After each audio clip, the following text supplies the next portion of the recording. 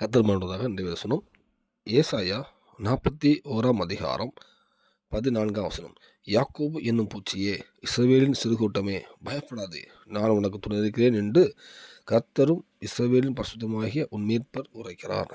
கர்த்தர் மாண்டதாக இந்த வசனத்தை பார்க்கும்போது யாக்கோபு என்னும் பூச்சியேன்னு சொல்லியிருப்பார், இஸ்ரவேலின் சிறுகூட்டமே சொல்லியிருப்பார்.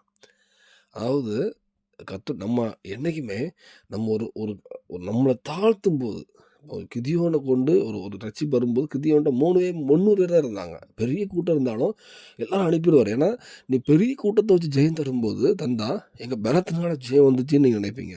அப்போ கர்த்தர் ஒரு சிறிய 300 பேர் கொண்ட ஒரு கூட்டத்தை வச்சு தேவன் ஜெயத்தை கொடுக்குறார்.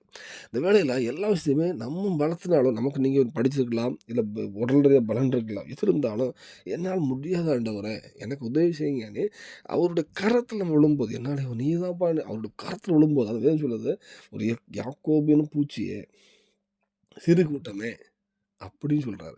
அப்படி அவங்க அறிக்கை பண்ணி அந்த கத்தட்ட வரும்பொழுது தான், இப்போ நீங்கள் அங்கே கத்தர் என்ன சொல்கிறாருன்னா, பயப்படாதே, நான் உனக்கு துணை இருக்கிறேன் என்று கர்த்தரும் இஸ்ரவேலின் பரிசுத்தமாகி மீட்பர் உரைக்கிறார். நீங்கள் என்னைக்கு அப்படி வரும்பொழுது தான், பயப்படாது, நான் உனக்கு துணை இருக்கிறேன்னு சொல்கிறாரு. என்னைக்கு நம்மளால் முடியும், நான் என்னால் முடியும், நான் இதை செஞ்சுருவேன், நான் இது பண்ணிடுவேன், நான் இது பண்ணுவேன், நான் பண்ணி சொன்னீங்கன்னா கர்த்தர் இந்த அது பயப்படாதுன்னு சொல்லுங்க. நம்ம அவர் கத்த தேவையில்லையே, அப்படி ஆயிருமே, அவனே பார்த்துக்கிடுவான் இருக்கும். கர்த்தர் துணை இருக்கார், நம்ம போவோம், நல்ல பணமாக இருக்கும், தடியிலே விழுந்து கீழே விழுந்திருப்போம். இந்த வேளையில் நம்ம தாத்தி கர்த்தருடைய சமூகத்தில் அர்ப்பணிப்போம். கண்டிப்பாக தேவன் உன் கரத்தை பிடிச்சி பயப்படாதுன்னு சொல்லி சாட்சியாக மாற்றுவார். பூமியில் எல்லாவற்றும் ஜெயமுள்ள வாழ்க்கை தருவார். பரலோகத்துக்கும் ஆயத்தப்படுத்துவார். அர்ப்பணிப்போம். தேவனுக்கு விஷயம் வராக. ஆமென்.